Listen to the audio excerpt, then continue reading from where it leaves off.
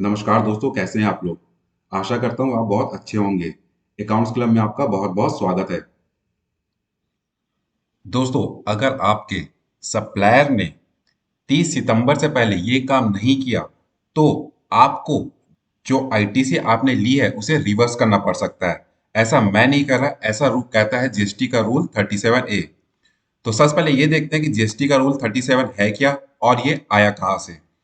तो जो रूल है 37A 26 दिसंबर 2022 को नोटिफिकेशन के द्वारा इंसर्ट किया गया है, जिसका कि पॉइंट नंबर 6 रूल 37A के बारे में बताता है, जो कि कहता है reversal of input tax credit in the case of non payment of tax by the supplier and reavailment thereof. तो ये क्या कहता है? Reversal of input tax credit in the case of non payment of tax by the supplier and reavailment thereof. तो चलिए इसे थोड़ा सा डिटेल में समझते हैं कि यह कहना क्या चाहता है। अगर किसी टैक्स पेयर ने, जो कि पंजीकृत टैक्स पेयर के द्वारा किसी इनवॉइस या डेबिट नोट के संबंध में इनपुट टैक्स क्रेडिट लिया गया है, जिसका विवरण उसके सप्लायर ने जीएसटीआर 1 और आईएफएफ में के माध्यम से फाइल कर दिया गया है। ये क्या, इसका मतलब क्या हुआ? जैसा कि हम नॉर्मली इनपुट टैक्स क्रेडिट लेते कैसे हैं, अगर हमारे पास इनवॉइस है और हमारे जो सप्लायर है उसने जीएसटीआर 1 या आईएफएफ में उस इनवॉइस को का डिटेल फाइल कर दिया है, तो हमारे क्या आता है, टू बी में रिफ्लेक्ट करता है और उस बेस पे हम अपना आईटीसी अवेल कर लेते हैं।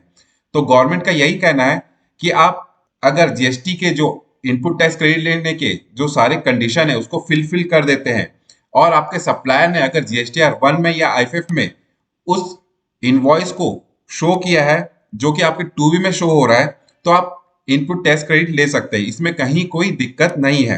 पर मगर अगर मगर अगर जिस वित्तीय वर्ष के इनवॉइस या डेबिट नोट का आपने इनपुट टैक्स क्रेडिट लिया है, जिसका कि सप्लायर ने भले ही अपने 3B जीएसटीआर 1 या आईएफएफ में दिखाया हो, पर अगर उस वित्तीय वर्ष के खत्म होने के बाद 30 सितंबर तक उसने उस महीने का जीएसटीआर 3B फाइल नहीं किया, तो ये कहना क्या चाहता है, जैसे कि मान लीजिए फैब 2022, एक फैब 2022 का आपके पास एक इनवॉइस था, जिसका कि आपके सप्लायर ने जीएसटीआर 1 में या आईएफएफ में उस इनवॉइस को फाइल कर दिया, जो कि आपके टूबी में रिफ्लेक्ट कर दिया और आपने उसका आईटीसी ले लिया। मगर और वित्तीय वर्ष खत्म होने के बाद 30 सितंबर तक अगर उस सप्लायर ने अपना जीएसटीआर 3B फाइल नहीं किया, यहाँ पे ये देखिए, ये वाला सेक्शन क्या कर रहा है, नॉन पेमेंट ऑफ टैक्स। तो टैक्स किससे पे होता है? टैक्स किससे पे किया जाता है? जीएसटीआर 3B के माध्यम से पे किया जाता है टैक्स को।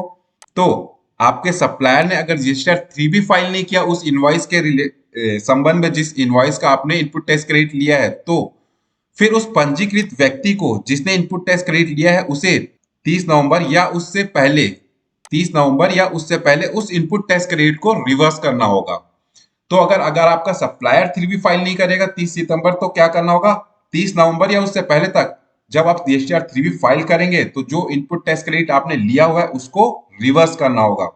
तो आपको वो इनपुट टैक्स क्रेडिट को रिवर्स करना है। तो रिवर्स कैसे करना है वो देखते हैं। तो इसके लिए चलते हैं जीएसटीआर 3B पे। जब हम रिटर्न फाइल करते हैं अपना जीएसटीआर 3B, तो ये हमारा जीएसटीआर 3B है जहां हम इनपुट टैक्स क्रेडिट को क्लेम करते हैं। तो यहाँ पे हमें ये जो अदर वाला सेक्शन है, यहाँ पे हमें जो हमें इनपुट टैक्स क्रेडिट को रिवर्स करना है, हम यहाँ पे उसको शो करेंगे। यहाँ पे किस अमाउंट को शो किया जाता है? जिसका हम वापस से रिक्लेम कर सके, उस अमाउंट को अदर में दिखाया जाता है। और यही अमाउंट जो हमारा नया electronic credit reversal and reclaim statement है, वहां पे ये ट्रांसफर हो जाएगा। ठीक है, चलिए। मगर आपने इनपुट टैक्स क्रेडिट को रिवर्स नहीं किया तो क्या होगा? देखिए, अगर आपको इनपुट टैक्स क्रेडिट रिवर्स करने की लायबिलिटी आती है, तो आप 30 नवंबर तक उसे 30 नवंबर या उससे पहले तक रिवर्स कर सकते हैं, जिसमें आपको कोई इंटरेस्ट या पेनल्टी पे नहीं करनी होगी। पर अगर आपने 30 नवंबर तक भी अगर इनपुट टैक्स क्रेडिट को रिवर्स नहीं किया, तो आपको जो भी आपने इनपुट टैक्स क्रेडिट लिया हुआ है उस राशि पर सेक्शन 50 के अंदर उस राशि पर ब्याज भी लगाया जाएगा और इंटरेस्ट के साथ उस राशि को आपको पे करना होगा 30 नवंबर के बाद। इसके बाद मान लीजिए अगर आपके सप्लायर ने 30 सितंबर के बाद उस महीने का जीएसटीआर फाइल किया, तो क्या होगा? तो अगर आपके टैक्स पेयर ने उस इनपुट टैक्स क्रेडिट को जब भी वो जीएसटीआर 3B फाइल करेगा, आप फिर से उसके अवेल कर सकते हैं। इसकी कोई टाइम लिमिट नहीं है। मान लीजिए जैसा कि 30 सितंबर के बाद उसने 1 नवंबर को 30 सितंबर को उसको जीएसटीआर 3 फाइल करना था उस पर्टिकुलर मंथ का, पर उसने 1 नवंबर को किया, तो क्या होगा? तब आपको आईटीसी को रिवर्स तो करना होगा, पर जब भी वो उस 3B को फाइल कर देगा तो आप वापस से उसको अवेल कर सकते हैं। ठीक है, इसके बाद देखना हमें कि हमें कैसे पता चलेगा कि हमारे सप्लायर ने हमारे जीएसटीआर 3B फाइल किया है कि नहीं। तो इसके लिए हम चलते हैं जीएसटी के पोर्टल पे। जैसा कि रूल 37A का नोटिफिकेशन 26 दिसंबर 2022 को आया था, तो ये फाइनेंशियल ईयर 22-23 के लिए एप्लीकेबल होता है। तो हमें फाइनेंशियल ईयर 22-23 के सारे मंथ के इनवॉइस को एक बार चेक करना है कि हमारे जो सप्लायर है उसने जीएसटीआर 3B फाइल किया है कि नहीं। तो हम यहाँ पे फाइनेंशियल ईयर सेलेक्ट कर लेंगे 22-23।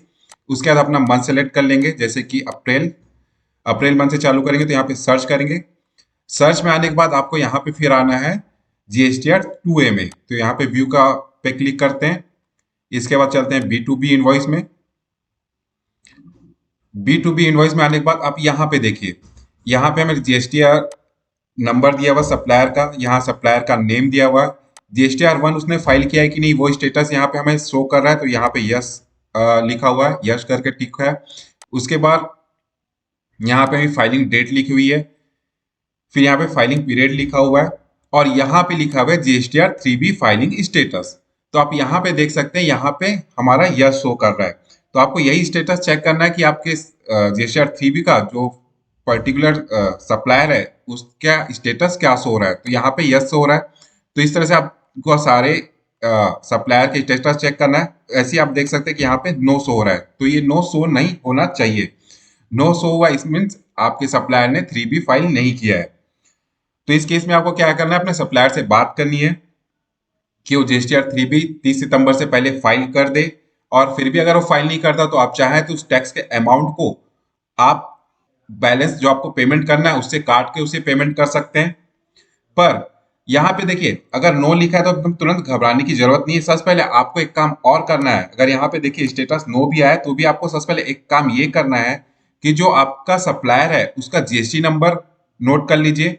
जीएसटी नंबर नोट करने के बाद आप आइए सर्च में, सर्च टैक्स पेयर में, यहाँ सर्च जीएसटी नंबर पर, और यहाँ पे अपने सप्लायर का जीएसटी नंबर डालिए। ये इसलिए कि ये ऐसा हो सकता है कि सामने वाला क्वार्टरली फाइलर हो, वो अपना जीएसटीआर 1 और या आईएफएफ तो फाइल करता है, पर वो क्वार्टरली फाइलर हो तो अपना क्वार्टरली कब फाइल करेगा? जीएसटीआर 3B फर्स्ट क्वार्टर है तो फर्स्ट क्वार्टर अप्रैल मई का वो रिटर्न कब फाइल करेगा? जून में। तो हमें एक बार ये चेक कर लेना चाहिए कि हमारा जो सप्लायर है वो क्वार्टरली फाइलर तो है कि नहीं। उसके बाद आपको यहाँ पे आना शो फाइलिंग टेबल पर। अब यहाँ पे देखिए 3B का स्टेटस जो शो कर रहा है इनका, जैसे कि हमारा सप्लायर था वहां पे स्टेटस अप्रैल मंथ का नो आ रहा था, लेकिन आप यहाँ पे देख सकते हैं 22-23 में उसने जून मंथ में अपना 3B रिटर्न फाइल किया है, उसके बाद सितंबर में, उसके बाद दिसंबर में, उसके बाद मार्च में। इट मीन्स वो क्वार्टरली फाइलर है। तो इस केस में हम अपना आईटीसी रिवर्स नहीं करेंगे। पर इन केस अगर आपका सप्लायर ने जीएसटीआर 3B फाइल नहीं किया है तो आपको इस तरीके से सारे अपने इनवॉइसेस को हर मंथ के आपको चेक करना है और आपके सप्लायर से फॉलो अप लेना है और उसे 30 सितंबर से पहले जीएसटीआर 3B फाइल करने को कहना है। तो आशा करता हूं ये वीडियो आपको अच्छी लगी होगी। तो वीडियो को लाइक, शेयर और सब्सक्राइब कर लीजिएगा। जल्दी मिलते हैं किसी नेक्स्ट वीडियो में, तब तक के लिए धन्यवाद। अपना ख्याल रखिएगा।